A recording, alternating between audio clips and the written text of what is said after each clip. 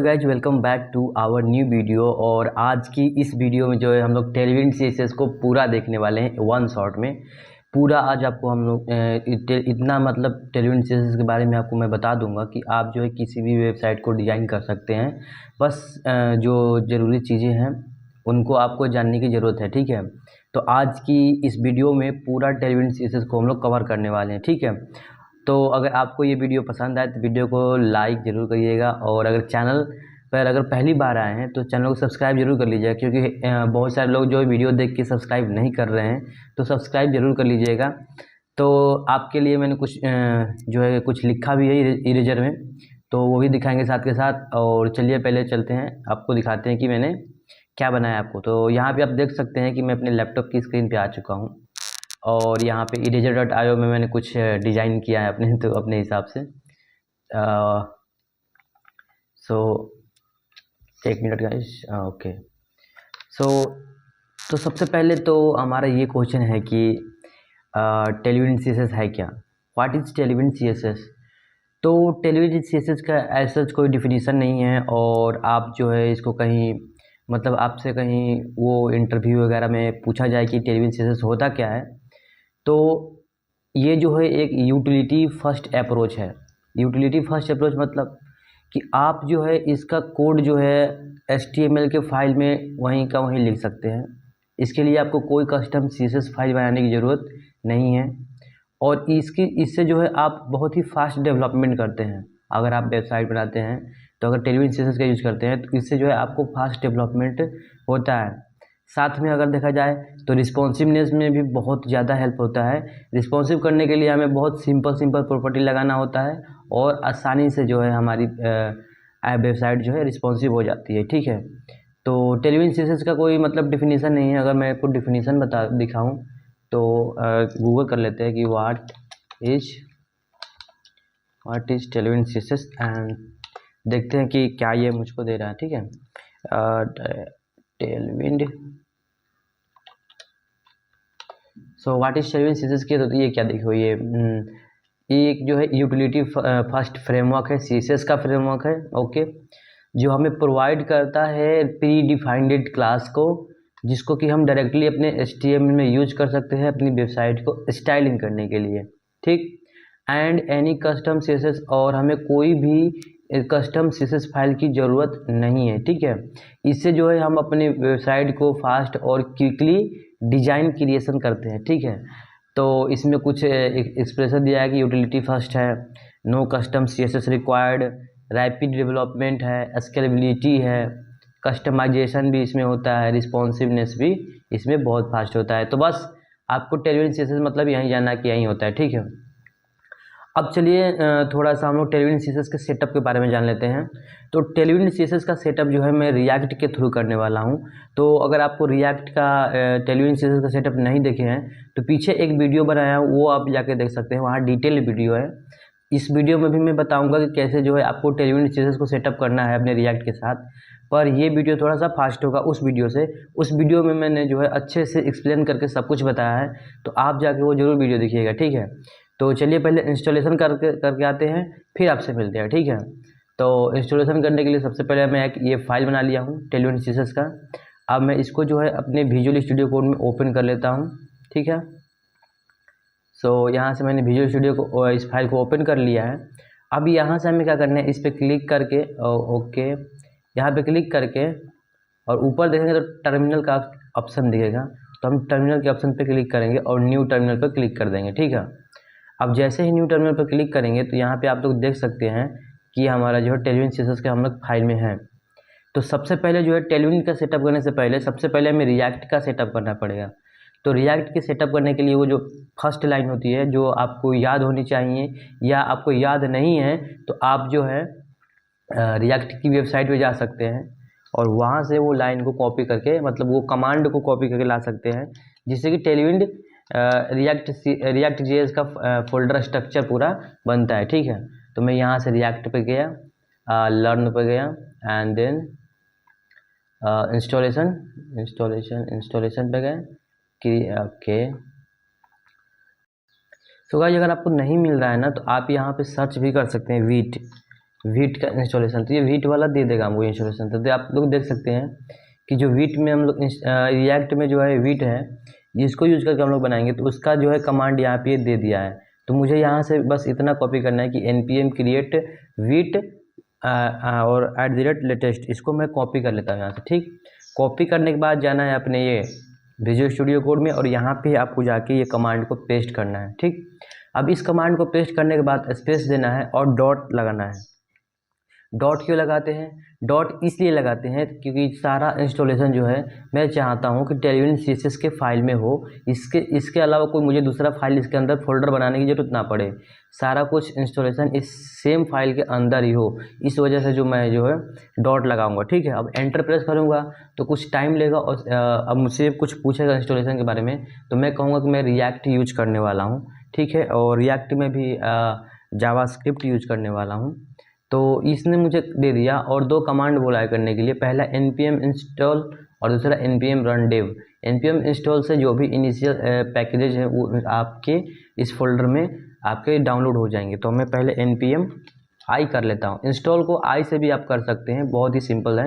आई करेंगे तो समझ जाता है कि npm इंस्टॉल ही लिख रहे हैं आप। ठीक है, तो मैंने npm आई किया, तो ये नोड मॉड्यूल का एक यहाँ पे जो है आप लोग देखेंगे तो एक फोल्डर हमको देखने को मिल जाएगा।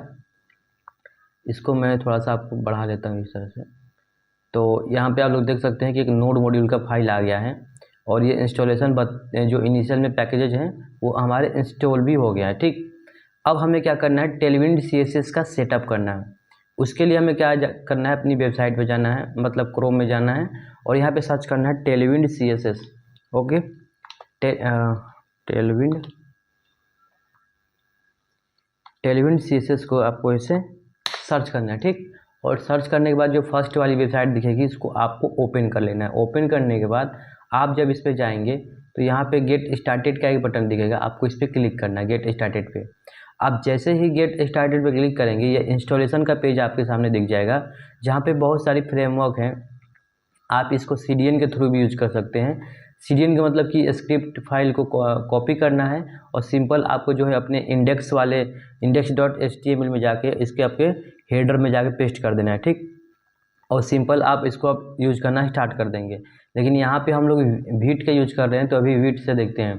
तो वीट के लिए सबसे पहले मुझे ये कमांड को कॉपी करना है, और इस कमांड को कॉपी करने के बाद अपने विजुअल स्टूडियो कोड में ले जाके पेस्ट कर देना है। ठीक, और एंटर कर देना है। इसमें डॉट लगाने की ज़रूरत नहीं है, अब ये समझ गया है कि सारा कुछ इसी में इंस्टॉल करना है। ठीक, तो आप देख सकते हैं कि ये जो है टेलविन CSS का इंस्टॉलेशन हो गया है, मतलब डाउनलोड हो गया है। तो अब चलते हैं नेक्स्ट स्टेप, देखते हैं क्या करना है। तो स्टेप नंबर 2 पे अपना वीट का कॉन्फ़िगरेशन करना है। जैसे वीट.config.ts फाइल में आपको जाना है, और ये वाली लाइन को कॉपी करना है, और आपको ऊपर पहले इंपोर्ट करना है। तो यहाँ पे देखते हैं, देखिए वीट.config.js फाइल में जाना है, और इसको थोड़ा सा छोटा कर लेते हैं, और यहाँ पे सबसे फर्स्ट लाइन में जाके यहाँ पे आपको इसको इंपोर्ट कर देना है यहाँ पे। ठीक, अब इंपोर्ट करने के बाद क्या करना है आगे देखते हैं। तो इंपोर्ट करने के बाद अब हमें टेलविन CSS को प्लगइन के अंदर कॉल करना पड़ेगा। ठीक है, तो इसको मैं कॉपी कर लेता हूँ और यहाँ जाता हूँ। इसके बाद यहाँ पे मैं एंटर प्रेस करता हूँ, ऐसे एंटर। इसके रिएक्ट के बाद एक कॉमा लगाना है, और इस टेलविन CSS के फंक्शन को कॉल कर देना है। ठीक है, तो यहाँ पे हमारा टेलविन CSS कॉल हो गया है। अब देखते हैं नेक्स्ट स्टेप में हमें क्या करना है। तो नेक्स्ट स्टेप में हमें जो हमारा ग्लोबल CSS फाइल है उसके अंदर इस टेलविन CSS को भी इंपोर्ट करना है। ग्लोबल क्या होता है उसको समझा देता हूँ पहले। तो ग्लोबल फाइल देखिए, आपको यहाँ पे src के अंदर जाएंगे तो दो फाइल देखने को मिलेगा, एक app.css और एक index.css। तो जो हमारा index.css है ये हमारा ग्लोबल CSS है। तो इसके अंदर हमें क्या करना है, जो हमने कॉपी करके लाया था उसको सेम टू सेम पेस्ट कर देना है। तो मुझे जो बाय डिफ़ॉल्ट CSS है उसको ज़रूरत नहीं है, तो मैं उसको हटा दे रहा हूँ, और अपनी खुद की CSS को यहाँ पे जो टेलविन की CSS है उसको मैंने इंपोर्ट करा दिया इस index.css, जो कि एक ग्लोबल CSS फाइल है। ठीक है, तो इसको मैं अभी इसको बंद कर देता हूँ, यहाँ तक मेरा काम हो गया है। अब देखते हैं आगे क्या करना है। तो यहाँ पे मैंने कर दिया। अब npm रन डेव करके चेक कर सकते हैं वेबसाइट को, यानी यहाँ तक अगर आप स्टेप नंबर 3 तक इंपोर्ट कर दिए हैं तो आपका सारा सेटअप हो चुका है। अब npm रन डेव करके आप अपनी वेबसाइट को देख सकते हैं कि आपकी वेबसाइट कैसी दिख रही है। ठीक है, तो अभी क्या कर रहा हूँ मैं कि अभी थोड़ा सा आपको सेटअप बताता हूँ। अब इस app.css में कुछ बाय डिफ़ॉल्ट CSS हैं, तो इस app.css की मुझे ज़रूरत नहीं है, ठीक है। तो मैं अभी इसको डिलीट कर देता हूँ, ठीक। और इसके बाद app.jss में जाना है और यहाँ से मुझे कुछ भी नहीं चाहिए, ऊपर import सेक्शन इसको हटा दिया और यहाँ पे जो div वाली फाइल है जो बाय डिफ़ॉल्ट कोड है इन सबको हटा ले रहा हूँ यहाँ से। और ठीक, हटाने के बाद ये हमको नहीं चाहिए, ठीक। अब यहाँ पे सिंपल एक h1 टैग को लिखते हैं और रिएक्ट ऐप लिखते हैं, ठीक है। अब इतना लिखने के बाद अब अपनी वेबसाइट को देखते हैं क्या हमारी वेबसाइट दिख रही है कि नहीं। तो उसके लिए हमें क्या करना है, npm run और dev करना है, ठीक, और एंटर प्रेस करना है। तो अब हमें ये एक लिंक मिल गया है, अब इस पर हमें कंट्रोल के साथ क्लिक करना है। तो ये लिंक हमारी वेबसाइट में ओपन हो चुकी है। तो आप यहाँ पे देख सकते हैं कि रिएक्ट ऐप हमारा जो है काम कर रहा है। अब अभी जो है आप एक सेकेंड के लिए इग्नोर करिएगा। मैं टेलविन सीएसएस की एक प्रॉपर्टी लिखूंगा जिससे मैं चेक करूंगा कि क्या टेलविन सीएसएस जो है प्रॉपर तरीके से हमारे में जो इस फाइल में है इंस्टॉल हो चुका है कि नहीं। तो उसके लिए मैं क्या करूंगा कि यहाँ पे जाऊंगा h1 क्लास में, और अभी के लिए आपको कुछ वो नहीं करना है, अभी मैं सारा कुछ एक्सप्लेन करूँगा, ठीक है। तो आपको यहाँ पे टेक्स्ट, मैं अभी के लिए केवल मैं देख रहा हूँ, आप लोगों को कुछ कन्फ्यूजन होने की ज़रूरत नहीं है, मैं अभी बताने वाला हूँ, ठीक है। तो अभी मैं बस देख रहा हूँ कि मेरे सीएसएस लग चुका है कि नहीं। तो फॉन्ट बड़ा हो चुका है, ठीक है, यानी सीएसएस हमारा टेलविन सीएसएस जो है अच्छे से लग चुका है। तो अब चलिए मैं आपको बताता हूँ टेलविन सीएसएस के एक एक प्रॉपर्टी को, ठीक है। तो अपने यहाँ डॉक्यूमेंटेशन पे आते हैं, जो मैंने बनाया डॉक्यूमेंटेशन आपके लिए उस पर आते हैं। इंस्टॉलेशन तो हमारा हो चुका है। अब कोर कंसेप्ट में यूटिलिटी फर्स्ट है, नेमिंग कन्वेंशन है, रिस्पॉन्सिव डिजाइन है, डार्क मोड है, इन सबको देखेंगे। लेकिन सबसे पहले समझते हैं कि क्लास नेमिंग कन्वेंशन जो है टेलविन सीएसएस में क्या होता है। अब जो मैं टेक्निकल भाषा बोल रहा हूँ आपको इस पर जाने की जरूरत नहीं है, सीधा आपको दिखाते हैं कि क्या मतलब मैं बोल रहा हूँ, ठीक है। अब कहने का मतलब ये है कि अब इसको थोड़ा सा छोटा कर लेते हैं, ठीक है, आपको दिखाने के लिए अच्छे से। अब मैं क्या कह रहा हूँ कि अगर आपको इस h1 में CSS लगाना है तो क्या करेंगे। अगर आप इनलाइन CSS किए होंगे तो वहाँ पे हम लोग क्या लिख देते थे, स्टाइल लिखते थे। लेकिन अगर आपको h1 में CSS लगाना है टेलविन का तो आपको लिखना पड़ेगा क्लास नेम। क्लास नेम कैसे लिखना है, क्लास नेम आपको लिखना है कैमल केस में। तो मैं यहाँ से क्लास नेम लिखूंगा जो कि कैमल केस है, ठीक। अब इस क्लास नेम के अंदर जो भी प्रॉपर्टी देंगे आप, वो जो है डायरेक्टली आपके CSS में अप्लाई होगा, यानी h1 में अप्लाई होगा, ठीक है। तो सबसे पहले मैं इस टेक्स्ट को बड़ा करने की प्रॉपर्टी आपको बताता हूँ, ठीक है। तो अगर आपको कोई टेक्स्ट को बड़ा छोटा करना है तो उसके लिए आपको क्या करना है, यहाँ पे लिखना है टेक्स्ट डैश लगाना है, ठीक। इससे पहले गाइस जो मुझे ये सजेशन मिल रहा है वो सजेशन मुझे कैसे मिल रहा है ये मैं आपको बताना चाहता हूँ। तो आपको जाना है यहाँ पे एक्सटेंशन में, और यहाँ पे आपको इंस्टॉलेशन मतलब एक आपको एक्सटेंशन इंस्टॉल करना पड़ेगा जिसका नाम है टेलविंड इंस्टॉलेशन। टेलविंड, ये एक मिनट गाइस, ये टेलविंड CSS इंटेलिजेंस फाइल को, इसको जो है आपको इंस्टॉल कर लेना है, जिससे कि आपको जो है ये मुझे जो रिकमेंडेशन मिल रहा है वो आपको भी मिलेगा, ठीक है। तो अगर टेक्स्ट डैश लिख करके और मैं अगर LG लिख दूंगा, LG मतलब लार्ज, LG लिख दिया तो लार्ज हो जाएगा। तो जैसे ही मैंने LG लिख दिया तो क्या हो गया, टेक्स्ट अब हमारा लार्ज हो जाएगा। अभी क्या हुआ है, तो क्या टेक्स्ट लार्ज काम करता है कि नहीं करता है ये नहीं पता है। तो यहाँ पे देखो, इससे पहले कुछ मैं और बताऊं, इससे पहले थोड़ा सा आपको कुछ एक चीज़ और बता देना चाहता हूँ इसके साथ ही। यहाँ पे मैं जाता हूँ और यहाँ पे सर्च करूँगा, यहाँ पे एक चीज़ सर्च कर लेता हूँ आपके लिए, रिस्पॉन्सिव। देखिए अब आप यहाँ पे जो है ये चीज़ देख सकते हैं, SM MD LG XL 2XL। SM जब यूज करेंगे यानी कि वो स्मॉल साइज के लिए होगा, मतलब स्मॉल से जो 40 mm तक का जो साइज होगा, विड्थ होगा, उसको स्मॉल बोलते हैं, ठीक है, यानी कि 680 पिक्सल तक को जो है स्मॉल बोलते हैं। MD यूज करेंगे यानी 48 रैम, यानी कि आपका 768 पिक्सल्स हो जाएगा। LG यूज करेंगे तो यानी कि 64 यानी 1024 पिक्सल्स हो जाएगा आपका। वैसे ही XL है और 2XL है।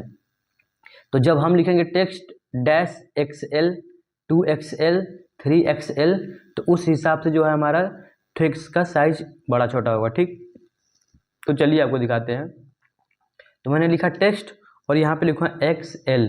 तो आप देखिएगा मेरा टेक्स्ट की जो साइज है थोड़ी सी तो एक्सेल साइज, यानी एक्सेल मतलब ये थोड़ा सा बड़ा हो चुका है। आपको अगर नहीं दिख रहा है तो एक मैं काम कर लेता हूँ, इसको 1 बाई 1 ओपन कर लेता हूँ, ठीक है, ताकि आप लोगों को अच्छे से दिखे। इसको मैं बंद कर लेता हूँ, इसको भी अभी फ़िलहाल के लिए बंद कर लेता हूँ। ठीक, अभी देखना, अब आप यहाँ पे देख सकते हैं, यहाँ पे अगल बगल आपको देखने को मिलेगा। जैसे ही मैं एक्सेल को हटा देता हूँ तो ये छोटा हो गया है, आप लोग को देखने को मिला होगा छोटा हो गया। लेकिन जैसे ही मैं डैश लगा के एक्सेल लगाता हूँ तो इस फॉन्ट की साइज़ बड़ा हो जाएगा। अब इस एक्सेल में आप कितने टाइप के एक्सेल लगा सकते हैं, ये देखिए पूरा रिकमेंडेशन आपको दे रहा है। 9 एक्सेल तक वैलिड होता है, यहाँ तक आप यूज कर सकते हैं। ठीक, इसको एंटर करेंगे तो ये और बड़ा हो गया, 9 एक्सेल हो गया। ठीक है, अब अगर आपको 9 एक्सेल मतलब देखना है क्या होता है तो आप इसको जाना है और यहाँ पे देख सकते हैं कि जब टेक्स्ट में 9 एक्सेल यूज़ कर रहे हैं तो फॉन्ट साइज उसका जो है 128 पिक्सल हो जाएगी, यानी 8 रेम का हो जाएगी। ठीक है, और लाइन हाइट भी आपको दिखा रहा है यहाँ पे। तो इस तरह से अगर आपको किसी भी प्रॉपर्टी के बारे में जानना है तो उस पर जाना है ऐसे, और केवल अपनी माउस की कर्सर को लेकर जाना है और ऊपर जो है आपको सजेशन में मिल जाएगा कि 9 एक्सेल का मतलब कितना साइज होता है। ठीक है, तो ये तो हो गया फ़ॉन्ट साइज़ के बारे में। तो मैं एक्सेल लगा लेता हूँ। ठीक, अब एक्सेल बाय डिफ़ॉल्ट कितना का होता है, तो एक्सेल बाय डिफ़ॉल्ट हमारा 20 पिक्सल का होता है। ठीक है, तो अब जो है मैंने फ़ॉन्ट को तो बड़ा छोटा आपको करना सिखा दिया कि आप अपने हिसाब से फ़ॉन्ट को बड़ा छोटा टेलविंड की प्रॉपर्टी के यूज करके कैसे कर सकते हैं। ठीक है, अब मैं बता रहा हूँ कि अगर आपको इस फ़ॉन्ट को बोल्ड करना हो तो क्या करेंगे। क्या मैं डायरेक्टली बोल्ड लिख दूँ तो हो जाए? नहीं होगा, तो क्या करना पड़ेगा, उसके लिए आपको जो है फॉन्ट डैश बोल्ड लिखना पड़ेगा। ठीक, अब जैसे ही मैं बोल्ड लिखा आप देख सकते हैं कि फॉन्ट बोल्ड हो चुका है मेरा। अब इसमें बोल्ड में 3 प्रॉपर्टी है, बोल्ड, सेमी बोल्ड और एक्स्ट्रा बोल्ड। सेमी बोल्ड करेंगे तो थोड़ा हल्का सा बोल्ड होगा, देख लियो, आपको बगल में इफेक्ट दिख रहा होगा यहाँ पे। अगर ये नहीं दिख रहा है तो मैं आपको एक चीज़ करता हूँ, नहीं अभी छोड़ो, ऐसे ही समझो तुम लोग। ठीक है, मैं इसको तुम लोग के लिए बड़ा कर लेता हूँ ताकि अच्छे से देखे। ठीक, सेमी बोल्ड कर लिया। तो आपको जब भी फ़ॉन्ट को बोल्ड करना हो, छोटा करना हो, बड़ा करना है, फ़ॉन्ट लिखना है, डैश लगाना है। इसके बाद फ़ॉन्ट का जो है extra bold, extra light, light, medium, normal, बहुत सारा है। ठीक है, तो ये सब आप सेमी बोल्ड यूज कर सकते हैं। ठीक, अभी ये फ़ॉन्ट सेरिफ में मत जाइएगा, अभी इसको मैं बाद में बताऊँगा। अभी जो है केवल इतना आपको समझना है कि इसमें black, bold, extra bold, light, medium और इसके बाद ये नॉर्मल है और सेमी बोल्ड है। ये इतना प्रॉपर्टी है टेक्स्ट को आप अपने हिसाब से कस्टमाइज करने के लिए। तो मैं अभी एक्स्ट्रा बोल्ड आपको एक बार लगा के दिखा दे रहा हूँ। तो ये एक्स्ट्रा बोल्ड हो गया, देख सकते हैं। ठीक है, अब जो है आप दूसरी प्रॉपर्टी को समझते हैं कि अगर आपको इस टेक्स्ट का कलर को बदलना है तो क्या करेंगे। उसके लिए हमें क्या करना होगा, लिखना होगा टेक्स्ट, इसके बाद आप अपने कलर का नाम दीजिए जो भी आप चाहते हैं। जैसे कि मैं देना चाहता हूँ ब्लू, अब मैंने ब्लू तो लिख दिया, पर ये ब्लू में जो है नंबर पूछ रहा है कि आप ब्लू को कितना डार्कनेस देना चाहते हैं। जितना नंबर ज़्यादा देंगे उतना ही वो जो डार्क होगा। ठीक है, तो मान लो मैं 50 दे रहा हूँ, तो अभी 50 दूंगा तो क्या हुआ, बहुत ही हल्का डार्क दिख रहा होगा। अगर आपको यहाँ पे टेक्स्ट देख रहे होंगे बगल में तो बहुत ही हल्का डार्क दिख रहा होगा। ठीक है, तो अभी मैं, ठीक, अभी मैं ये हल्का दिख रहा होगा, तो मैं क्या करता हूँ यहाँ पे, अब इसको थोड़ा सा बढ़ाता हूँ। ठीक है, बढ़ाने के लिए क्या करना है, आपको यहाँ पे सजेशन मिलेगा। अब 100 करूँगा तो और हो जाएगा। इसके बाद मैं जब 700 यूज करूँगा तो और जो है हमको जो है डार्कनेस देखने को मिलेगी। तो आप इस तरह से जो है टेक्स्ट की कलर को चेंज कर सकते हैं। करने के लिए क्या करना पड़ेगा, टेक्स्ट कलर करने के लिए टेक्स्ट, ओके, डैश, इसके बाद आप अपने कलर का नाम दीजिए। जैसे कि मैं देना चाहता हूँ येलो, और येलो मैं देना चाहता हूँ 700। तो 700 जैसे ही मैं लिखूंगा, अब ये जो है टेक्स्ट मेरा 700 येलो हो गया है। डार्कनेस आप लोग देख सकते हैं अपने हिसाब से। और सॉरी गाइज फॉर ये जो है मैंने ब्लैक स्क्रीन नहीं किया है। सबसे पहले मैं ब्लैक स्क्रीन कर लेता हूँ आप लोगों के लिए ताकि आपको आँखों को इफेक्ट ना पड़े। तो मैं यहाँ से जाऊँगा कहाँ से, अपने ग्लोबल फाइल में, और यहाँ पे मैं बॉडी को टारगेट कर लूँगा। यहाँ पे मैं नॉर्मल सीसस लिखूँगा, आप देख सकते हैं। यहाँ पे नॉर्मल सीसस लिखूँगा कि यहाँ पे लिख लेता हूँ टैब, ओके। तो थोड़ा सा और ब्लैक करते हैं, 700, ओके 700 और टेक्स्ट को थोड़ा सा और वाइट कर लेते हैं ताकि आपको अच्छे से दिखे और आंखों को इफेक्ट ना पड़े। इसके लिए मैं ये सब कर रहा हूँ गाइस, ठीक है। तो ये सब करना ज़रूरी है ताकि आंख पे ज़्यादा इफेक्ट ना आए, ठीक है। तो मैंने ये ग्लोबल सीसेस फाइल में ये चीज़ कर लिया, तो आप देख सकते हैं। अब मैं यहाँ से फ़ॉन्ट के कलर को क्यों नहीं बदल पा रहा हूँ, बदल पाऊँगा कि नहीं बदल पाऊँगा, ये देखिए। जैसे मैं 500 लिखा, क्या टेक्स्ट के कलर बदला? हाँ बदला। सो अभी आप लोग देख सकते हैं कि मैंने जो है यहाँ से ग्लोबल सीसेस में फाइल में जाके और सारा सीसेस कैसे मैंने बदल दिया। लेकिन यहाँ पे मैं बदल रहा हूँ तो वो बदल जा रहा है। तो वो ग्लोबल सीसेस फाइल जो है सबके लिए होता है। अगर मैं एक और H1 लिखूँगा तो वो बाय डिफ़ॉल्ट उसका कलर जो होगा आपका वाइट होगा, ठीक है। देख सकते हैं, ठीक। बाय डिफ़ॉल्ट क्या आ रहा है? वाइट आ रहा है। क्यों? क्योंकि मैंने ग्लोबल सीसेस में जाके और वहाँ पे वाइट कलर दिया था, ठीक है। तो इसलिए बाय डिफ़ॉल्ट कलर वाइट रहेगा। लेकिन अगर आप बदलना चाहते हैं तो आप अपने हिसाब से बदल सकते हैं, ठीक है। तो क्या टेक्स्ट के बारे में आपको एक्सेल बता दिया, बोल्ड करना सिखा दिया, कलर चेंज करना बता दिया। अब आपको बताते हैं कि अंडरलाइन करना हो तो क्या करेंगे। तो अंडरलाइन करने का बहुत ही सिंपल प्रॉपर्टी है, आप अंडरलाइन सीधा लिख दीजिए, अंडरलाइन हो जाएगा। वो अंडरलाइन आप देख सकते हो सकता है, हो गया है, ठीक है। तो अभी अंडरलाइन की वजह से ऐसा ज़रूरत नहीं है। अगर इटालिक लगाना हो तो क्या करेंगे, ITALIC हो गया, इटैलिक हो गया। अंडरलाइन करना हो तो अंडरलाइन लिख दीजिए, इटैलिक करना हो तो इटैलिक लिख दीजिए। तो आपका जो टेक्स्ट होगा इटैलिक हो जाएगा, ठीक है। अब जो है आप समझते हैं कि बैकग्राउंड कलर के बारे में समझते हैं कि बैकग्राउंड कलर कैसे करते हैं, ठीक। तो बैकग्राउंड कलर करने के लिए आपको लिखना पड़ेगा BG मतलब बैकग्राउंड कलर डैश आप अपने कलर का नाम दीजिए। जैसे मेरे केस में मैं दे रहा हूँ black and dash white, black colour हो गया, ठीक है। क्या ब्लैक कलर अच्छा लग रहा है क्या? चलो अच्छा की ज़रूरत नहीं, हम सीख रहे हैं, ठीक है। तो मैंने क्या किया, BG ब्लैक लिख दिया और नंबर नहीं दिए इस बार, फिर भी ये अप्लाई हो चुका है, आप लोग देख सकते हैं। मैं नंबर नहीं दिया हूँ, केवल BG डैश ब्लैक कर दिया, तो ये इसका जो है H1 का जो है बैकग्राउंड ब्लैक हो चुका है, ठीक है। अब ब्लैक हो गया है तो एक साथ और समझ लेते हैं प्रॉपर्टी की। अगर इस टेक्स्ट को सेंटर में करना हो तो मैं क्या करूँगा, ठीक है। तो टेक्स्ट को सेंटर में करने के लिए जो मैंने अभी बोला है वही करना है। टेक्स्ट लिखना है आपको, डैश लगाना है और सेंटर लगा देना है। जैसे सेंटर लिखेंगे तो टेक्स्ट सेंटर में आ जाएगा। आप कहेंगे सेंटर में तो नहीं आया भैया, बहुत ज़्यादा इधर चला गया है, ठीक है। तो इसलिए है क्योंकि आपको मतलब इस थोड़ा सा मतलब ना ये माइक्रोसॉफ्ट में थोड़ा सा ये दिक्कत होती है कि अच्छी सी वेबसाइट नहीं दिखती। इसको मैं बंद कर लेता हूँ, इसको मैं क्रोम में खोल लेता हूँ, आपको क्रोम में अच्छे से देखने को मिलेगा। यहाँ भी अच्छे से ये काम करता है, ठीक है। आपको दिखाता हूँ, आप देख सकते हैं यहाँ पे रिएक्ट ऐप जो हमारा सेंटर में आ गया है। अब आपको देखने को मिल रहा होगा, देख रहे हैं रिएक्ट ऐप सेंटर में दिख रहा है, ठीक है। थोड़ा सा टेक्स्ट को बड़ा करते हैं और अच्छे से समझने के लिए आपको थोड़ा सा विजुअल हो सब कुछ, उसके लिए मैं टेक्स्ट को बड़ा कर लिया, ठीक है। तो आप देख सकते हैं ये बिल्कुल ही सेंटर में दिख रहे हैं, ठीक। तो आपको टेक्स्ट को सेंटर में करना हो, लेफ़्ट राइट करना हो, मतलब इससे इसको लिख रहे हैं तो क्या हो रहा है, जब अब अलाइन आइटम लिखते थे तो वो अलग चीज़ है, टेक्स्ट सेंटर लिख रहे हैं ये अलग चीज़ है, ठीक है। तो टेक्स्ट जब सेंटर लिखे, क्या लेफ़्ट राइट कर सकते हैं, क्या कर सकते हैं क्या लेफ़्ट राइट? लेफ्ट में तो है ही, तो कैसे जाएगा लेफ्ट में? एक बार राइट करके देखते हैं, ठीक है। आ रहा है GST, क्या राइट में जा रहा है, टेक्स्ट राइट में चला गया। तो आप जो है टेक्स्ट को अपने हिसाब से लेफ़्ट राइट करना हो तो टेक्स्ट डैश लेफ़्ट राइट और सेंटर लगा सकते हैं, आपके ऊपर डिपेंड है, ठीक है। तो अभी मेरे हिसाब से आपके लिए मैं सेंटर में ही रखूँगा, ठीक। सेंटर में रख लिया। आपको देख रहे होंगे कितना प्रॉपर्टी हम लोग सीख चुके हैं अभी तक।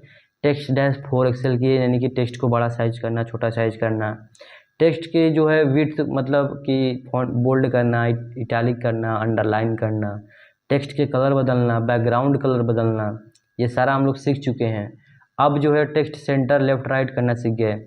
अब हम समझते हैं पैडिंग और मार्जिन का कंसेप्ट, ठीक है। तो अगर आपको पैडिंग देना होगा तो क्या करेंगे, पैडिंग मतलब पी मतलब पैडिंग, पी से पैडिंग होता है, पी लिखना है और डैश देना है। इसके बाद आप कोई भी नंबर दे सकते हैं, 1 2 3 आप देख सकते हैं, 0 भी है, कहाँ तक पैडिंग सपोर्ट करता है आप लोग ये नंबर देख सकते हैं, ठीक है। तो जैसे मैं P डैश करके 4 लेता हूँ तो ये क्या करेगा, चारों तरफ से अपने 4 ले लेगा। पैडिंग का क्या होता है, कंसेप्ट क्या होता है पैडिंग का? पैडिंग का कंसेप्ट ये होता है कि जब आपने पैडिंग 4 लिखा है तो वो लेफ़्ट से, राइट से, टॉप से, बॉटम से, हर जगह से जो है 4-4 का गैप लेगा। 4 मतलब 16 पिक्सल का आपका गैप ले लेगा चारों तरफ से, ठीक है। तो मतलब किसी किसी का क्वेश्चन ये होगा कि भैया मुझे तो टॉप से और बॉटम से लेना है, लेफ़्ट राइट से नहीं लेना है, तो उसके लिए मैं क्या करूँगा?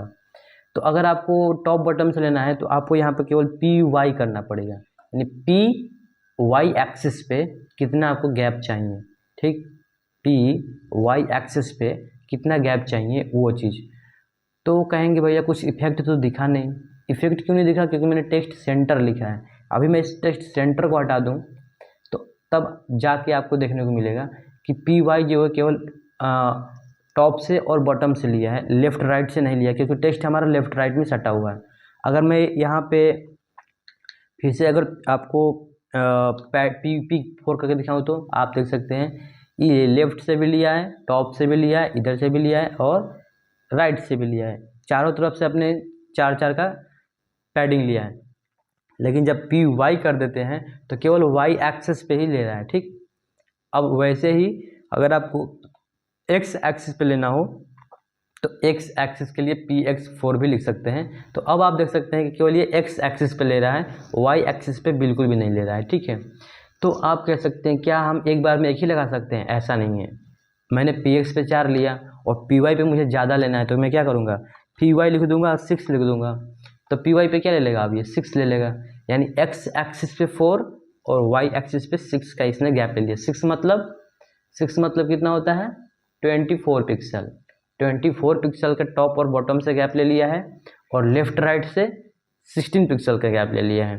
तो इस तरह से जो है आप वो पैडिंग यूज कर सकते हैं, ठीक। पैडिंग क्या करता है, इनसाइड द एलिमेंट गैप लेता है, अंदर से ले रहा है, ठीक है। यहीं पे मार्जिन की कंसेप्ट आती है। मार्जिन क्या होता है, तो एम मतलब होता है मार्जिन, एम डैश लगाइए 4, तो ये चारों तरफ से 16 पिक्सल, 4 मतलब 16 पिक्सल, 16 पिक्सल के चारों तरफ से क्या ले लिया है इसने, 4 का गैप ले लिया। देख सकते हैं यहाँ से भी, इधर से भी, इधर से भी और इधर से भी, चारों तरफ से 16 पिक्सल का गैप ले लिया है। फिर वही कंसेप्ट आता है कि अगर हमें X एक्सिस पे लेना है, यानी केवल हॉरिजॉन्टली लेफ़्ट और राइट में गैप लेना है, तो क्या करेंगे भैया, तो यहाँ पे आपको लिखना पड़ेगा MX लगा दीजिए। तो ये क्या करेगा, केवल X एक्सिस पे जो है इधर से और इधर से गैप ले रहा है, टॉप और बॉटम से गैप नहीं ले रहा है। वैसे ही अगर आप चाहते हैं कि टॉप और बॉटम से भी आपका ले तो आपको लिखना पड़ेगा MY और MY 6, तो ये ऊपर से भी ले लिया गैप। आप इस तरह से कर सकते हैं, ठीक है। देख सकते हैं कि हम लोग जो है एक वो बना दिए हैं, H1 से ही नैप बार बना दिए, ठीक है। तो H1 को ही अभी चेंज करेंगे, ठीक। ओके, इतना समझने के बाद अब क्या करें हम लोग, अब जो है इतना कर लिए। अब हम समझते हैं बॉर्डर के बारे में। बॉर्डर लगाने के लिए क्या करना पड़ता है, आपको लिखना पड़ता है बॉर्डर आ गया। ऑटोमेटिक कलर ले लिया इसने, हाँ ऑटोमेटिक कलर ले लिया। क्यों ले लिया, क्योंकि हम यूज किए उसके हिसाब से ये CSS काम कर रहा है, ठीक है। अब इस बॉर्डर का कलर जो है आप अपने हिसाब से बदलना चाहते हैं तो क्या करेंगे, बॉर्डर डैश आप अपना कलर दीजिए, जो मन कर दीजिए। जैसे कि मैं देता हूँ ब्लू, मुझे थोड़ा सा याद रहता है तो मैं ब्लू दे देता हूँ, लाइट कलर का। आ जाएगा, नहीं आया। क्यों नहीं आया, क्योंकि मुझे बॉर्डर का थिकनेस भी देना पड़ेगा। तो क्या करूँगा, बॉर्डर डैश 2 का थिकनेस आ गया। अब देख सकते हैं जब मैंने बॉर्डर लिखा तो बॉर्डर तो ले लिया था, आपको थोड़ा सा विजिबल हो, मैं यहाँ से व्यू जाके वर्ड रैप कर देता हूँ ताकि यहाँ पे आपको दिखे प्रॉपर्टी, या थोड़ा सा इसको और छोटा कर लेता हूँ, ठीक, ये और अच्छा है, ठीक। तो जब मैंने बॉर्डर लिखा था, एक बार मैं आपको और दिखाऊंगा, ठीक है। गाइस थोड़ी सी वीडियो लंबी हो रही है पर सीखने को मिल रहा है, ठीक है, और अच्छी लग रही है तो आप वीडियो को लाइक से सब्सक्राइब जरूर कर दीजिए। यहाँ पे कोई एडिटिंग नहीं कर रहा हूँ, साथ के साथ आपको बता रहा हूँ। एक चीज़ मैं आपको और समझा दूँ, क्या ये सब चीज़ रटने की ज़रूरत है? नहीं, रटने की ज़रूरत नहीं है। आपको जो भी चीज़ सर्च करना है यहाँ पे जाइए, सर्च करिए टेलविंड पे। मान लीजिए आपको मार्जिन के बारे में सर्च करना है, लिखिए मार्जिन और एंटर मार दीजिए।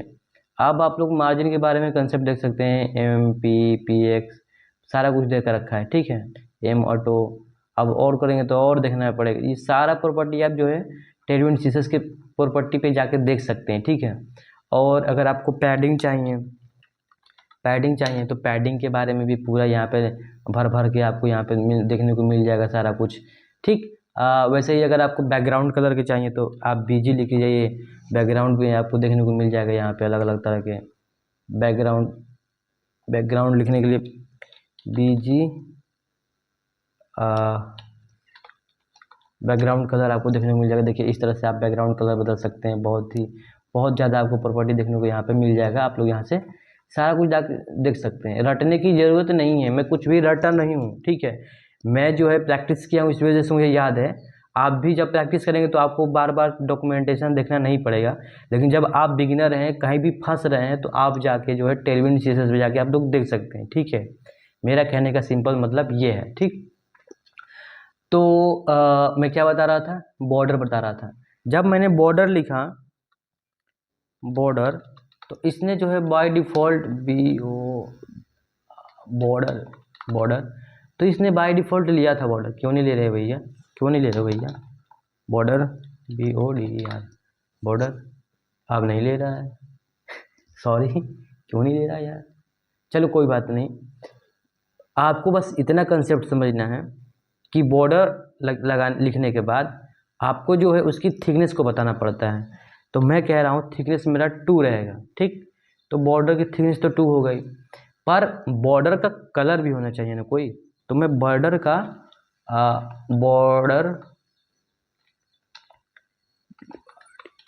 का कलर मैं सेट कर लेता हूँ वाइट, ठीक।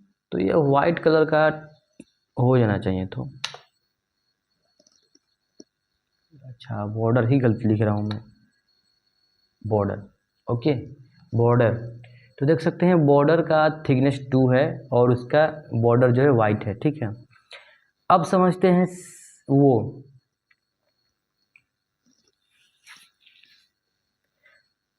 अब गाइस समझते हैं बॉर्डर रेडियस के बारे में कि बॉर्डर रेडियस होता क्या है, ठीक है। तो बॉर्डर रेडियस को, जैसे मैंने भी बॉर्डर रेडियस बोला है, वैसे ही आपको बॉर्डर का रेडियस वैसे लिखना है। क्या लिखना है, बॉर्डर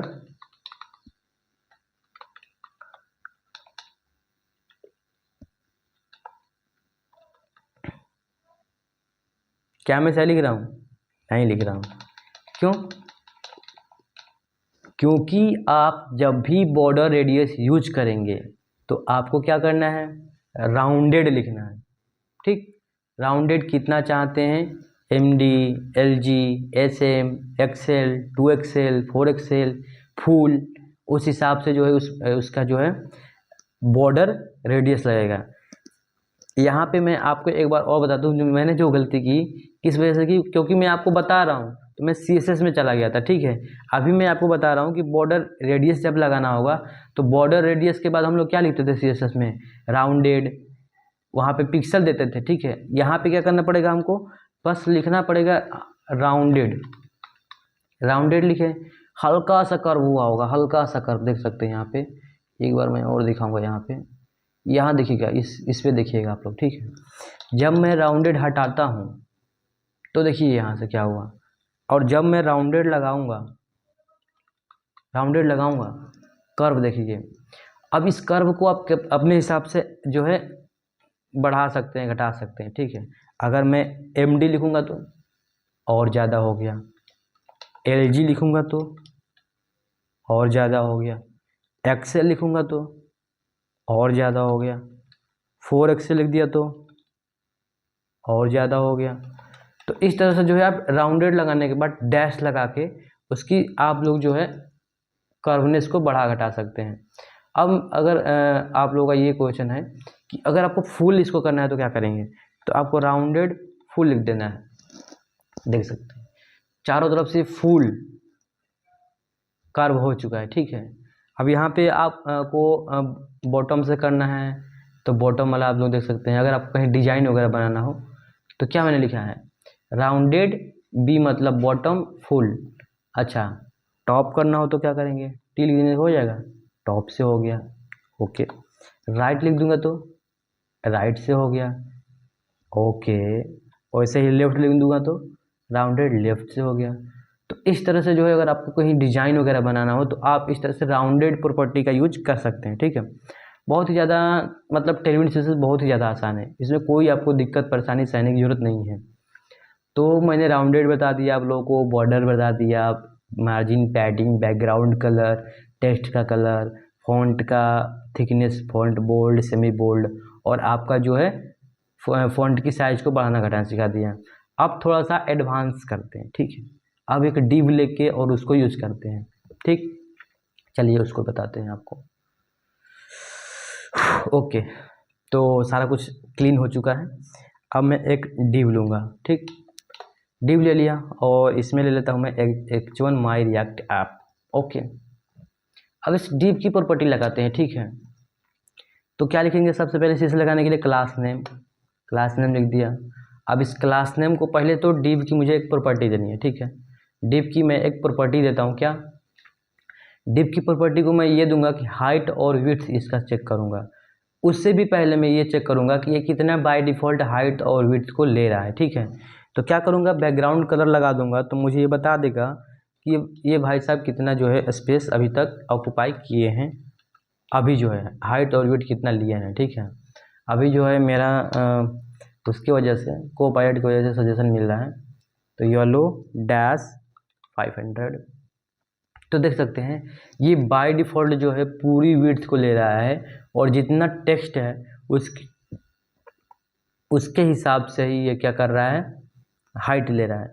लेकिन विड्थ कितना ले रहा है, फुल ले रहा है। अगर आपको मैं दिखाऊं तो विड्थ को फुल ले रहा है, और टेक्स्ट हाइट कितना ले रहा है, जितना टेक्स्ट है उतना ही हाइट ले रहा है। ठीक है, तो इससे तो मुझे समझ में आ गया कि जब अगर मुझे डिव की बाय डिफ़ॉल्ट प्रॉपर्टी क्या होती है कि वो पूरा विड्थ लेता है और हाइट उतना ही लेता है जितना उसमें कंटेंट होता है। ठीक है, तो क्या मैं कंटेंट हटा दूंगा तो हाइट विड्थ दिखना बंद हो जाएगा, देखते हैं।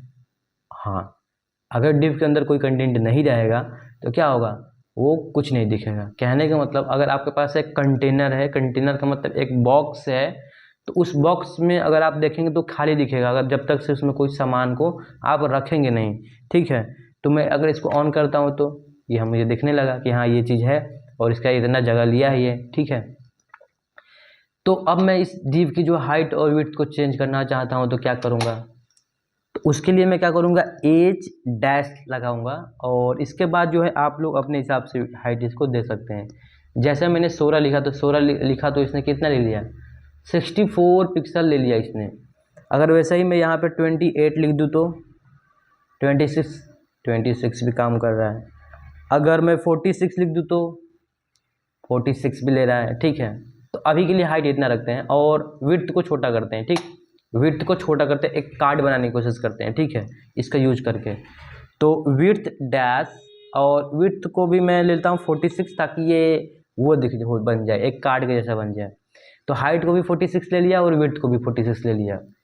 लेकिन एक प्रॉपर्टी और है, मैं चाहता हूँ ये डिव जो है पूरे स्क्रीन पे मेरा देखे, तो क्या करूँगा, इस विड्थ को तो मैं फुल कर दूंगा। ठीक है, फुल मतलब पूरा विड्थ ले लो भैया, वैसे बाय डिफ़ॉल्ट पूरा विड्थ ले रहा है, लेकिन फिर भी मुझे जब ये लिख दूंगा और एच को मैं स्क्रीन कर दूंगा, SCREEN स्क्रीन, तो क्या करेगा, ये देखिए ये डिव जो है पूरा स्क्रीन ले लिया, पूरा विड्थ ले लिया।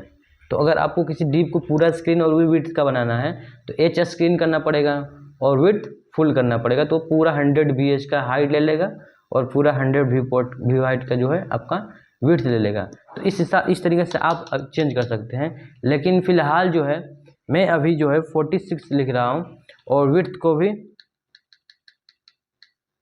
ठीक है, और विड्थ को भी मैं 46 कर लेता हूँ। फ़िलहाल के लिए मैं अभी कार्ड बनाने की कोशिश कर रहा हूँ। ठीक है, तो अब जो है अब इसके अंदर क्या क्या प्रॉपर्टी हो सकती है। ठीक है, मैं H1 टैग को एक बार और कॉपी कर लेता हूँ ताकि आप लोगों को अच्छे से देखें। 1 2 3 4 बार कॉपी कर लेता हूँ। ठीक है, तो अभी देख सकते हैं कि ये जो है डिव के अंदर ये सारे हमारे एलिमेंट हैं, H1 एलिमेंट, H1 टैग। ठीक है, अब मैं क्या करना चाहता हूँ, इस डिव को राउंडेड कर सकता हूँ। ठीक है, कर लेता हूँ राउंडेड। तो देखिए कर्वनेस इसका देखिएगा, आपको इसको तो बड़ा कर ही देता हूँ थोड़ा सा। यहाँ पे देखिएगा, ये इसका कर्वनेस देखिएगा, ठीक है। अभी मैंने राउंडेड किया है, राउंडेड हटा दूंगा तो देखिए कर्व हट गया, राउंडेड कर दूँ तो राउंडेड आ गया। अब एक चीज़ होती है प्रॉपर्टी फ्लेक्स, डिस्प्ले फ्लेक्स जो हम लगाते हैं, ताकि ये सारी जो चीज़ है वो एक लाइन में आ जाए। तो क्या करूँगा, इसके अंदर मैं लिख दूंगा सिंपल फ्लेक्स। तो ये देखिए, ये माई रिएक्ट ऐप सब एक लाइन में आ चुका है। क्यों नहीं एक लाइन में दिख रहा है, क्योंकि हाइट और विड्थ मैंने लगा चुका है। अगर मैं इसको हटा दूंगा तो आप लोग देखेंगे कि ये जो है सब एक लाइन में आ चुके हैं, देख रहे हैं, सब एक लाइन में आ चुका है, ठीक है। और जब मैं इस हाइट और विड्थ को लगा देता हूँ तो उतना ही हाइट में सब एक लाइन में आ चुके हैं। वो अलग बात है कि इस विड्थ से छोटा पड़ रहा है तो ये नीचे नीचे आ गए हैं, ठीक है। अब मैं इसको क्या करना चाहता हूँ, फ्लेक्स तो लगा दिया। फ्लेक्स के बाद जो है, अब जब डिस्प्ले फ्लेक्स लगाते थे तो 3-4 प्रॉपर्टी लगाते थे, क्या, justify centre, align item centre. तो मैं जस्टिफाई सेंटर कर देता हूँ, ओके, जस्टिफाई डैश सेंटर। तो सारा सेंटर में आ गया हॉरिजॉन्टली। और फिर जब सबसे पहले गाइस मैं ये सिखाना चाहता हूँ आप लोगों को, पहले फ्लेक्स जस्टिफाई सेंटर के बारे में कुछ और थोड़ा बताना है। इसके लिए मुझे इस हाइट को रखना है और विड्थ को हटा देता हूँ, ताकि ये विड्थ फुल है और आपको समझा सकूँ अच्छे से कि जस्टिफाई सेंटर और ये कैसी चीज़ें काम करती हैं। इसके लिए मैं जो है थोड़ा सा हाइट और बढ़ा लेता हूँ। हाइट को मैं कर लेता हूँ 96, थोड़ा सा ज़्यादा दिखे हाइट। तब जो है आपको अच्छे से देखने को मिलेगा, सब कुछ सीखने को मिलेगा कि हाँ एक्चुअल में जस्टिफाई सेंटर और कैसे चीज़ों को यूज किया जाता है, ठीक है। जस्टिफाई सेंटर का मतलब होता है जो हम यूज करते थे जस्टिफाई कंटेंट सेंटर सीसेस में, उसको हम यहाँ पे केवल क्या बोलते हैं, जस्टिफाई सेंटर। इसलिए हम बोलते हैं कि ये इसलिए ईजी है ना कि आपको ये कस्टम सीसेस फाइल नहीं बनाना होता है, इसी के में सारा कुछ आप कर लेते हैं, ठीक है। तो अब मैं जस्टिफाई जब मैंने केवल फ्लेक्स लगाया है तो ये सारे कुछ जो है आपको दिख रहा होगा एक ही लाइन में सब आ गया होगा, ठीक है। अगर मैं फ्लेक्स को हटा दूँ तो फ्लेक्स को हटा दिया तो देख सकते हैं कि ये जो है एक के नीचे एक आ गया।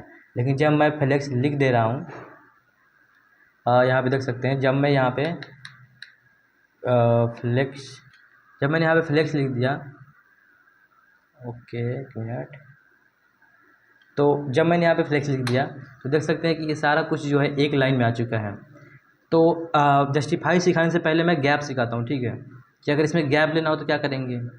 तो एक तो होता है गैप, एक होता है गैप लगा तो 4-5 का, तो ये सब अपने बीच में जो है गैप, अगर ज़्यादा आपको अच्छे से दिखाना हो तो थोड़ा ज़्यादा गैप ले लेता हूँ, देख सकते हैं। और ये ज़्यादा ही गैप हो गया कुछ, और 20 का लेता हूँ। तो देख सकते हैं इस सब जो है अपने अपने बीच में बहुत ज़्यादा अच्छे से गैप, एक बराबर गैप ले चुके हैं, ठीक है। तो गैप की प्रॉपर्टी से आप गैप ले सकते हैं, लेकिन गैप लेने की कुछ और भी तरीका है, जैसे कि स्पेस। अब स्पेस के बाद हमें ये बताना होगा कि हम एक्स एक्सिस पे गैप लेना चाहते हैं या वाई एक्सिस पे, ठीक। तो अगर हमें एक्स एक्सिस पे गैप लेना है तो क्या लिखेंगे, space x space dash x dash 4। तो एक्स एक्सिस पे 4 का गैप ले लेगा, ठीक है। अगर हमें वाई एक्सिस पे चाहिए तो कैसे करूँगा, तो वाई एक्सिस पे लगाने के लिए मैं पहले इसको हटा लेता हूँ, फ्लेक्स को, पहले सब कुछ ऐसा आ जाए, सब कुछ ऐसा आ गया है, ठीक। अब मैं इस वाई एक्सिस पे लेना चाहता हूँ तो यहाँ सिंपल वाई लिख दूँगा और ये अपने वाई एक्सिस पे गैप ले लेगा, ठीक है। फ्लेक्स में काम नहीं करता है, अगर मैं फ्लेक्स लगा दूंगा तो सब कुछ तो फ्लेक्स हो जाएगा, तो ये फिर एक्स एक्सिस पे क्या गैप लेगा, एक ही, जब एक ही लाइन है तो उस लाइन में क्या ही गैप लेगा, नहीं लेगा। तो इसलिए फ्लेक्स, बिना फ्लेक्स का यूज किए ही इसको स्पेस को हम लोग यूज करते हैं, ठीक है।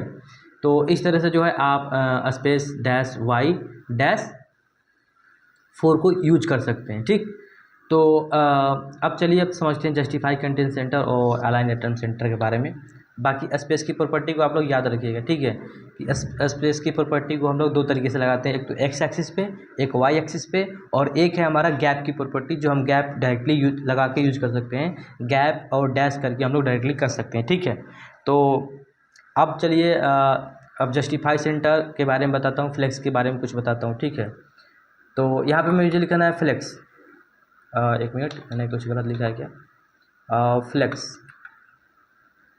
जैसे मैंने लिखा लेक्स, नहीं यार सही तो लिख दूँगा कम से कम, फ्लेक्स, तो सब कुछ फ्लेक्स हो गया।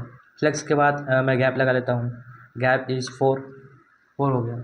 अब मैं क्या चाहता हूँ, ये जितने भी आइटम्स हैं इनको हम जस्टिफाई करना चाहते हैं, ठीक है। तो क्या करेंगे, अब इसमें जस्टिफाई कंटेंट लिखना है, ठीक, जस्टिफाई कंटेंट।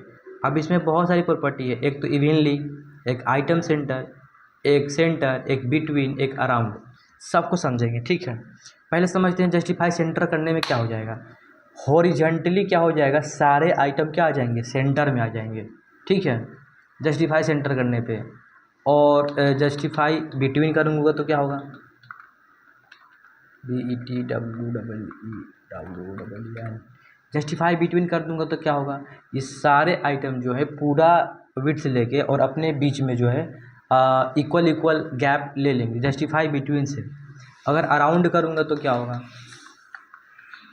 अराउंड करूँगा तो क्या होगा, अराउंड में क्या होगा, ये गैप और ये गैप, इन दोनों गैप को जोड़ के ये सारे आइटम अपने अपने बीच में उतना उतना गैप को ले लेंगे इक्वल इक्वल, ठीक है।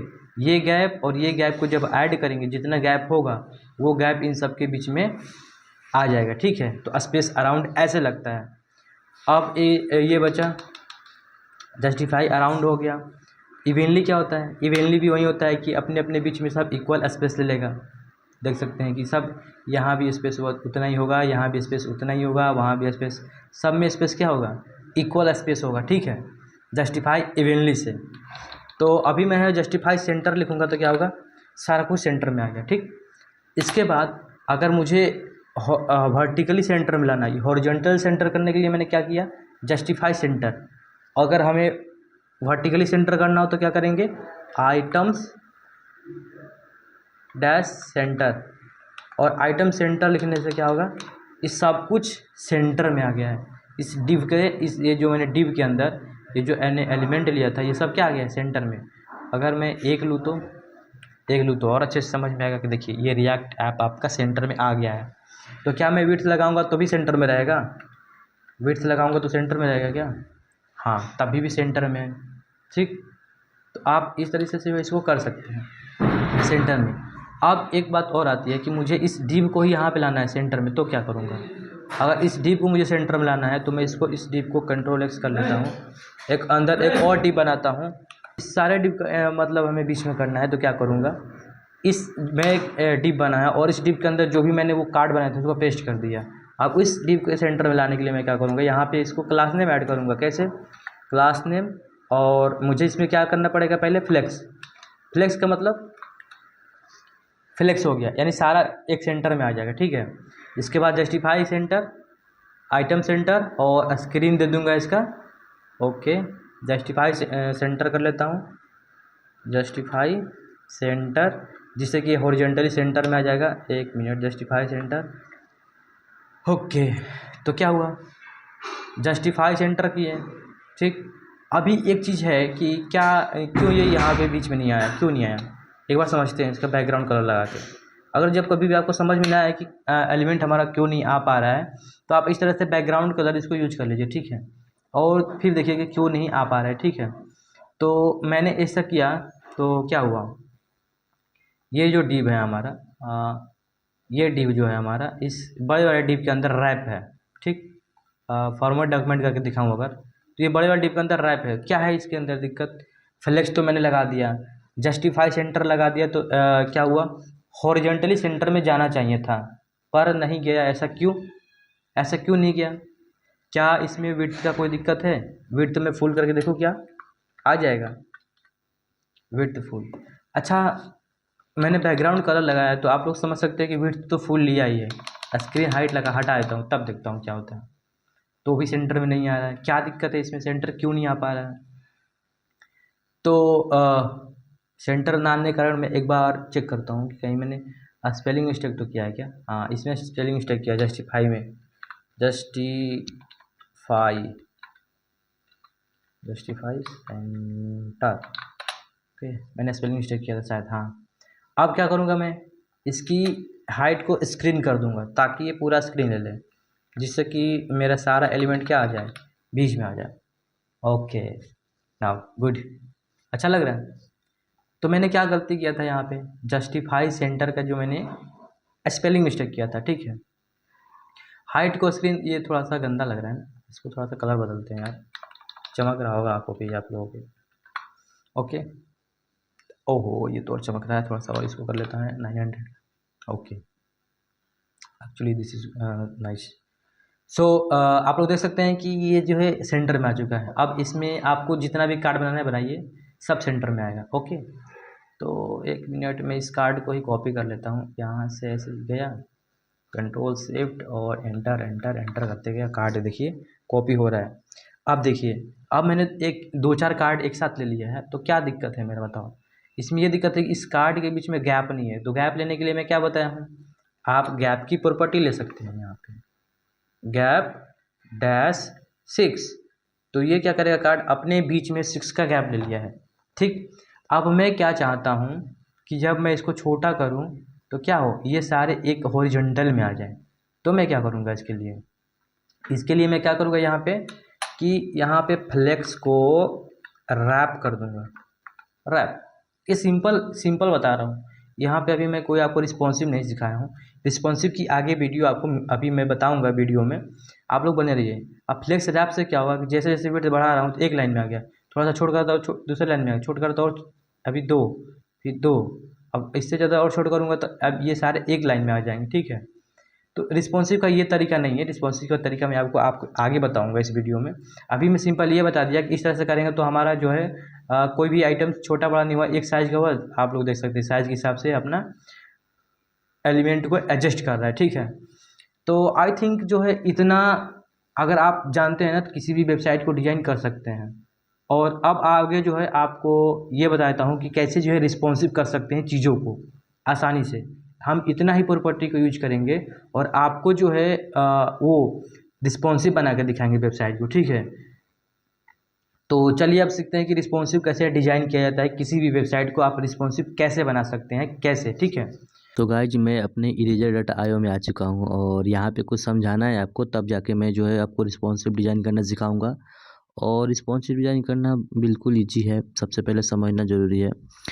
तो सबसे पहले समझने के लिए तो हमें ये समझना पड़ेगा कि रिस्पॉन्सिव के लिए कुछ चीज़ें होती हैं जो हमें समझना होता है। जैसे कि देखो यहाँ पे मैंने यूट्यूब ओपन कर लिया है, अभी मैं यूट्यूब के जो है स्क्रीन को चेंज करूँगा तो यहाँ पे आपको कुछ देखने को मिलेगा। जैसे कि मैं यहाँ से अभी आपको लार्ज स्क्रीन पे कितनी वीडियो देखने को मिली है, यहाँ पे आपको 3 वीडियो देखने को मिल रही होंगी।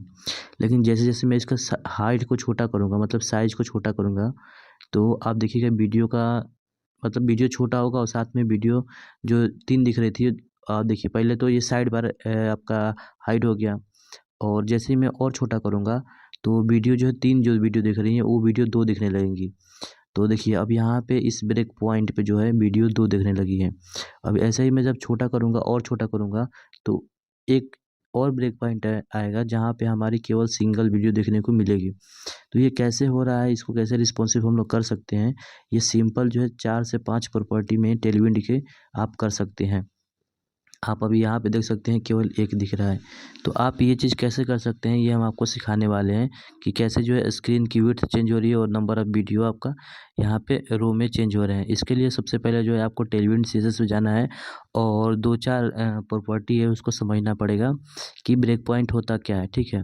तो यहाँ पे जाना है, आपको सर्च करना है रिस्पॉन्सिव। आपको टेलविंड सीएसएस की वेबसाइट पे जाके और सर्च करना है रिस्पॉन्सिव डिज़ाइन। तो आपको रिस्पॉन्सिव डिज़ाइन में सब यहाँ पे आप जब देखेंगे तो ब्रेक पॉइंट्स के बारे में आपको बताया गया है। जैसे एसएम मतलब होता है स्मॉल, एमडी मतलब मीडियम, एलजी मतलब लार्ज, एक्सएल मतलब बड़ा साइज और 2XL मतलब उससे दोगुना साइज। तो स्मॉल के लिए क्या दिया है, 640 पिक्सल स्मॉल के लिए है, यानी 640 पिक्सल से छोटा स्क्रीन रहेगा तो वो स्मॉल होगा, 760x से छोटा रहेगा तो वो मीडियम होगा, 124 से अगर छोटा रहेगा तो वो हमारा हो जाएगा LG। ऐसे ही आपका सब यहाँ पे दिया है कि किस विड्थ पे जो है कि कौन सा ब्रेक पॉइंट आता है। तो हमें इस ब्रेक पॉइंट के हिसाब से जो है अपनी नंबर ऑफ़ वीडियोज़ को बदलना है, यानी रिस्पॉन्सिव डिज़ाइन करना है। और लास्ट में मैं दिखाऊंगा कि कैसे जो है सारी वेबसाइट, जितनी भी वेबसाइट आप देखेंगे लगभग सब में जो है यही प्रॉपर्टी यूज होता है, जिससे कि वो अपने वेबसाइट को रिस्पॉन्सिव डिज़ाइन करते हैं। और इसको CSS में जो है सिंपल मीडिया क्वेरी बोलते हैं, आप बगल में देख सकते हैं। तो ये आपको याद होना चाहिए कि मतलब किस साइज पे कौन सा साइज होता है, मतलब स्मॉल पे कितना ब्रेक पॉइंट होता है, मीडियम पे कितना होता है, लार्ज पे कितना होता है, क्योंकि हम अभी इसको यूज करने वाले हैं। तो यूज करने के लिए सबसे पहले जो है हमें क्या करना पड़ेगा, यहाँ पे एक चीज़ और समझाना पड़ेगा आपको कि अगर एक आप डिव लिए तो ऐसा डिव बन जाता है, ठीक, जिसकी विड्थ जो है पूरी स्क्रीन की होती है। तो मान लीजिए मैंने 3 डिव लिया है, तो वो तीनों डिव कैसे होगा, एक के नीचे एक तीनों डिव आ जाएगा, ठीक। और इन तीनों डिव को जो है मैं एक अनदर डिव में जब रैप करूँगा तो क्या होगा, एक मैं बड़ा डिव ले लेता हूँ, इतना बड़ा मैं ले लेता हूँ, ठीक। और जब इसके अंदर मैंने जो 3 डिव लिया है तो वो कैसे आएगा, वो एक के नीचे एक आ जाएगा। लेकिन मुझे इस तरह से डिज़ाइन करना है कि जब बड़ा स्क्रीन हो तो ये तीनों कॉलम में हो जाए, छोटा हो तो छोटा हो जाए। जैसे कि सबसे जो बड़ा स्क्रीन हो तो इतना साइज़ दिखे, मतलब तीनों एक रो में दिखे, उससे छोटा हो तो वो नीचे आ जाए, फिर से छोटा हो तो सबसे नीचे आ जाए। तो ये हम कैसे करेंगे, इस चीज़ के लिए हमें ग्रिड का सहायता लेना पड़ेगा। तो अगर हम ग्रिड और कॉलम यूज करेंगे तो ऐसे होता है, अगर मैंने ग्रिड कॉल 3 लिखा तो ये तीनों कॉलम एक रो में आ जाएंगे, ठीक। और जैसे मैं कॉल्स 2 करूँगा तो एक रो में केवल 2 ही डिव दिखेंगी। वैसे ही ग्रिड की प्रॉपर्टी यूज करके हम लोग डिज़ाइन कर सकते हैं। तो यहाँ पे मैंने एक टेस्ट का फ़ोल्डर बना लिया है और इसमें जो है सबसे पहले हमें रिएक्ट को और टेलविंड का मैं सेटअप करके आ रहा हूँ वाइट की यूज करके। तो आप जल्दी से जो है इसमें आप लोग भी इसे सेटअप कर लीजिएगा। मैंने इसकी जो है विजुअल स्टूडियो कोड में इस फाइल को ओपन कर लिया है और इसमें जो है मैं रिएक्ट और टेलविंड का सेटअप करके आ रहा हूँ जल्दी से, तब जो है आपको रिस्पॉन्सिव डिज़ाइन करना सिखाऊंगा। तो जल्दी से करके आते हैं, फिर आपके मिलते हैं। तो मैंने ये टेलविंड का सेटअप कर दिया है। अब यहाँ पे मैं npm run dev लिखूँगा अपने सर्वर को स्टार्ट करने के लिए। और जैसे ही npm run dev किया तो यहाँ पे मुझे एक लिंक मिल गया। इस लिंक पे मैं कंट्रोल से क्लिक करूँगा तो हमारी वेबसाइट ओपन हो जाएगी। तो देखिए यहाँ पे अभी हेलो वर्ल्ड मैंने लिखा है, जो कि हमें देखने को मिल रहा है। आप देख सकते हैं कि इसमें मैंने टेलविंड CSS भी यूज़ किया है। तो आप ये सब सेटअप नहीं करने आता है तो आप पिछली वीडियो में जाके देख सकते हैं और वहाँ से सीख सकते हैं और इस तरह से आप सेटअप कर सकते हैं रिएक्ट में टेलविंड का जो वर्जन 4.0 है। अब चलिए इसमें कुछ हम आपको रिस्पॉन्सिव करके दिखाते हैं। सबसे पहले इसकी प्रॉपर्टी को हटा लेते हैं और यहाँ पे बाय डिफ़ॉल्ट जो है क्लास नेम एक रख लेते हैं। और इसके बाद जो है यहाँ से मैं हेलो वर्ल्ड हटा लूँगा और इस डिव के अंदर जो है मैं कुछ डिव बना लेता हूँ। जैसे कि एक मैं डिव बनाता हूँ जिसमें कुछ क्लास नेम ऐड कर लेता हूँ। जैसे कि मान लो कि रेड, इस डिव का मैं कलर सेट कर लेता हूँ, जैसे red background BG dash red और 800 कर लेता हूँ। और इसी तरह से मैं बहुत सारे डिव बना लेता हूँ और इन सारे डिव का मैं जो है कलर बदल लेता हूँ। जैसे कम बेस, सबसे कम इसका 700 कर लेता हूँ, इसका 600 कर लेता हूँ और इसका कर लेता हूँ 500 और इसका 400, इसका 300 कर लेता हूँ, इसका 200 कर लेता हूँ और इसका 100 कर लेता हूँ, ठीक। तो आपको, और ये एक्स्ट्रा बच गया तो इसको हटा देता हूँ, ठीक। इतना डिव मैं रखा हूँ, अभी 8 डिव रखा हूँ। और चलिए देखते हैं कि क्या हमारी दिख रही है। अच्छा, अभी नहीं दिखेगा क्योंकि हमने इस डिव के अंदर कुछ रखा नहीं है। तो सबके अंदर कुछ कुछ ऐड कर देते हैं, जैसे कि 1 2 3 4 5 ऐसे जो है सब में लिख देते हैं। जैसे इसमें 1 कर देते हैं और इसमें इस डिव में 2 कर देते हैं, ताकि हमें कंटेंट जब लिखेंगे तभी जो है हमको डिव दिखने को मिलेगा। ऐसे खाली डब्बा हमको देखने को मिलता नहीं है, ठीक है। तो इसके अंदर हम कुछ कंटेंट रख लेते हैं, 1 2 3 4 5 6 7 8 का रख लेते हैं। तो मैं यहाँ पे जल्दी से रख लेता हूँ। इसके बाद जो है मैं अब आपको दिखाऊँ तो आप देख सकते हैं वो 8 डिव देखने को आपको मिल रहा होगा। लेकिन थोड़ा-सा ये अच्छा नहीं लग रहा है आपको, जैसे कि लग रहा होगा कि सब एक ही में है, लेकिन आप अगर इसे ज़ूम करके देखेंगे तो 8 डिव दिख रहा होगा। चलिए आपकी सुविधा के लिए मैं क्या करता हूँ कि सबका एक-एक डिव का कलर बदल लेता हूँ। इसके लिए जो है मैं फिर से जाऊँगा और सारे डिव को हटा लेता हूँ। रुक जाइए 1 मिनट। इसमें सारा डिव हटा लेता हूँ, एक डिव को छोड़ के। और मैं चाहता हूँ कि सबका कलर बदल के आए, तो मैं इंटर करूँगा और ये मुझे सजेशन दे रहा है, तो इसकी मैं सजेशन को यूज कर लेता हूँ ताकि मैं जल्दी-जल्दी से कर लूँ, आपका टाइम इसमें ज़्यादा ख़राब ना हो। तो मैं यहाँ से जल्दी-जल्दी बहुत सारा डिव ले लेता हूँ। तो मैं कुछ इतना डिव रख लेता हूँ, ठीक है। तो इतना डिप रखने के बाद आप देख सकते हैं कि अब जो है आपको क्लियर देखने को मिल रहा होगा कि ये 10 डिप आपको देखने को मिल गया होगा। लेकिन ये डिप क्या किया है, पूरा पूरा हमारे स्क्रीन का विड्थ लिया है। अब हम इसे रिस्पॉन्सिव कैसे बना सकते हैं, तो हमने आपको बताया था ग्रिड की प्रॉपर्टी यूज करके रिस्पॉन्सिव बनाया जाता है। तो जैसे ही मैं ग्रिड लिखूंगा तो क्या हो जाएगा, ये सारे डिप जो है ग्रिड की प्रॉपर्टी फॉलो करने लगेंगे। अब मैं बताऊंगा कि ग्रिड और कितना कॉलम चाहिए, एक कॉलम में मैं कितना डिप दिखाना चाहता हूँ। तो क्या करूँगा, ग्रिड कॉल्स, और मान लीजिए मैं एक कॉलम में 4 डिप दिखाना चाहता हूँ। तो अगर मैं डैश लगा के 4 लिख दूंगा तो क्या होगा, एक डिप में, एक रो में मतलब मेरे 4 कॉलम दिखेगा। आप देख सकते हैं 1 2 3 4, और जो बचे हुए डिप हैं वो दूसरे कॉलम में आ गए हैं, मतलब दूसरे रो में आ गए हैं, उससे बचे हुए दूसरे में। अगर आपको समझ में नहीं आ रहा तो मैं कुछ गैप ऐड कर लेता हूँ और कुछ पैडिंग लगा लेता हूँ ताकि आपको अच्छे से समझ में आए। ठीक, तो मैं यहाँ पैडिंग लगा लेता हूँ तो आपको अच्छे से समझ में आएगा। देखिए, अब देखिए एक रो में कितना डिप दिख रहा है आपको, 4, दूसरे रो में भी 4, और फिर जो बचा हुआ डिप है तीसरे रो में दिख रहा है। तो क्या किया मैंने ये कह दिया कि ग्रिड तुम क्या करो कि एक, मतलब पूरे कॉलम में क्या करो, 4 डिप ही दिखाओ। तो ये क्या कर रहा है, 4 ही डिप दिखा रहा है, चाहे स्क्रीन जितना भी छोटा कर दूँ 4 ही डिप दिखाएगा। ठीक, लेकिन मैं ऐसा नहीं चाहता हूँ, मैं चाहता हूँ कि ये स्क्रीन छोटा हो तो नंबर ऑफ़ डिप भी कम हो ताकि हमारा वेबसाइट रिस्पॉन्सिव रहे। तो अब इसके लिए मैं क्या करूँगा, इसके लिए मैं जो ने आपको ब्रेक पॉइंट बताया था उसका यूज करेंगे। ठीक, तो चलिए मैं ब्रेक पॉइंट यूज करके दिखाता हूँ। जैसे मैं चाहता हूँ कि जो सबसे बड़ी स्क्रीन रहेगी वहाँ पे 4 डिप दिखाए, तो बड़ी स्क्रीन के लिए मैं एलजी यूज करता हूँ, यानी कि लार्ज स्क्रीन। लार्ज स्क्रीन पे नंबर ऑफ़ डिप कितना होना चाहिए, 4, और उससे छोटी स्क्रीन रहनी चाहिए, जैसे कि एमडी पे मुझे कितनी देखने को मिलेगी, ग्रिड कॉल्स यहाँ पे दिखा लेते हैं 3, ओके। और जो बाय डिफ़ॉल्ट मैं क्या चाहता हूँ कि सबसे छोटी विड्थ पे क्या होनी चाहिए, तो सबसे छोटी विड्थ पे मैं एक ही कॉलम दिखाना चाहूँगा, मतलब एक ही डिप दिखाना चाहूँगा, तो उसको मैं कर लेता हूँ। तो यहाँ पे मैंने ये कर लिया। ठीक, तो अब देखते हैं कि हमारा रिस्पॉन्सिव कैसा दिख रहा है। तो इसके लिए हम लोग चलते हैं वेट गाइज। तो अब इसकी हम लोग रिस्पॉन्सिव को चेक करने के लिए फिर से चलते हैं अपने, और अब देखते हैं स्क्रीन को छोटा करके कि कैसा दिख रहा है। तो अभी तो 4 दिख रहा है, अभी मैं धीरे धीरे छोटा कर रहा हूँ और देख रहा हूँ क्या हो रहा है। तो लार्ज स्क्रीन पे 4 दिख रहा है, और छोटा कर रहा हूँ और छोटा कर रहा हूँ। मैंने मीडियम ऐड किया था तो मीडियम पे देखता हूँ कितना दिखेगा। तो अभी और छोटा किया, देखिए ये मीडियम ब्रेक पॉइंट हुआ जहाँ पे मेरी कितना डिप हो गई, 3। तो मैंने क्या लगाया था कि जो मीडियम स्क्रीन आएगा तो वहाँ पे डिप क्या दिखेगा, 3।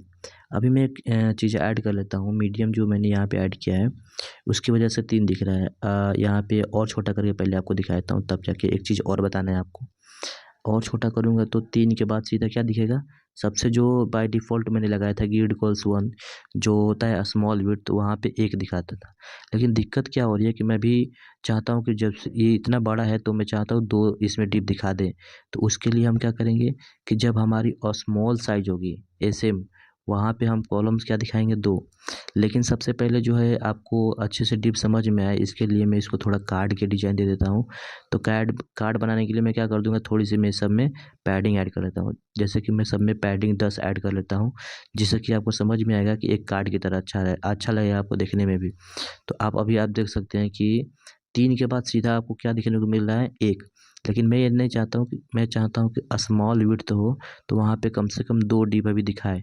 जैसा कि आप लोग देख सकते हैं 3 के बाद सीधा 1 आ रहा है। मैं चाह रहा हूँ कि एक सबसे छोटा स्क्रीन पे आए। तो यहाँ पे मैं एक और प्रॉपर्टी ऐड करता हूँ, लिखूँगा कि एसएम कॉलन ग्रिड कॉल्स 2, यानी कि जब हमारे विड्थ जो है स्मॉल साइज़ का होगा तो वहाँ पे कॉलम कितना दिखना चाहिए, 2। अब देखिएगा, देखिए ये स्मॉल साइज़ है, यहाँ पे कॉलम कितना देखने को मिल रहा है, 2। इससे बड़ा करना हो तो 3, और इससे बड़ा थोड़ा-सा और करूँगा तो इसके बाद हमारा लार्ज स्क्रीन आ जाएगा, जो 4 देखने को मिलेगा। अब चलिए आपको मैं जो एक जो है ट्विटर पे चलता हूँ और वहाँ पे उसकी डिज़ाइन को दिखा देता हूँ। तो अभी आप देख सकते हैं कि ट्विटर जो है, अभी मैं इसका थोड़ा-सा साइज़ बढ़ा के फिर आपको बताऊँगा। जैसे कि मैं इसकी साइज़ को फुल कर दे रहा हूँ। तो अभी आप देख सकते हैं कि एक पूरी ये जो आपको सेटिंग्स का ऑप्शन देखने को ये डिव है, एक जो बीच में कंटेंट दिख रहा है और साइड में जो दिख रहा है, ये तीनों डिव है। जैसे-जैसे मैं छोटा करूँगा देखिएगा एक-एक डिव गायब होते रहेगा, और ये सेम प्रॉपर्टी से इसको डिज़ाइन किया गया है। ऐसे ही आप चाहे कोई भी वेबसाइट देख लीजिए, जैसे टेलविंड हो गया या अगर आप लिंक्डइन चलाते होंगे तो लिंक्डइन देखिएगा, गिटहब भी जाकर ऐसे ही चेक कर लीजिएगा। ऐसे ही सबका डिज़ाइन है, सब में सेम प्रॉपर्टी ऐसे ही लगता है। तो आप जो है अगर इस प्रॉपर्टी को अच्छे से यूज करेंगे तो रिस्पॉन्सिव डिज़ाइन करना सीख जाएंगे। मैं ये नहीं कहता गाइज कि यही जो है प्रॉपर्टी मतलब सबसे अच्छी है और इसी का यूज करके आप कर सकते हैं। मतलब ये 4 प्रॉपर्टी से अगर आपको ग्रिड वाली प्रॉपर्टी और रिस्पॉन्सिव डिज़ाइन कुछ करना होगा तो आप ऐसे कर सकते। तो आप ऐसे जो है बहुत सारी वेबसाइट पे जाइएगा, चेक करिएगा और ये प्रॉपर्टी का यूज करके आप तो 100% है कि रिस्पॉन्सिव बना सकते हैं। अगर इस तरह का अगर आप कोई वेबसाइट डिज़ाइन कर रहे हैं तो आप ऐसे इसको कर सकते हैं। और आप जो है इस कोड को एक बार स्क्रीनशॉट लेना चाहते हैं तो ले लीजिएगा और अच्छे से प्रैक्टिस करिएगा। मैं उम्मीद करता हूँ कि आप लोगों को ये वीडियो अच्छी लगी होगी। अगर वीडियो अच्छी लगी होगी तो चैनल को जाके अभी कभी सब्सक्राइब कर दीजिए और आगे आप किस चीज़ पे नेक्स्ट वीडियो चाहते हैं वो कमेंट बॉक्स में मुझे ज़रूर बता दीजिएगा। ये चैनल नया है, आप लोग के लिए बनाया गया है।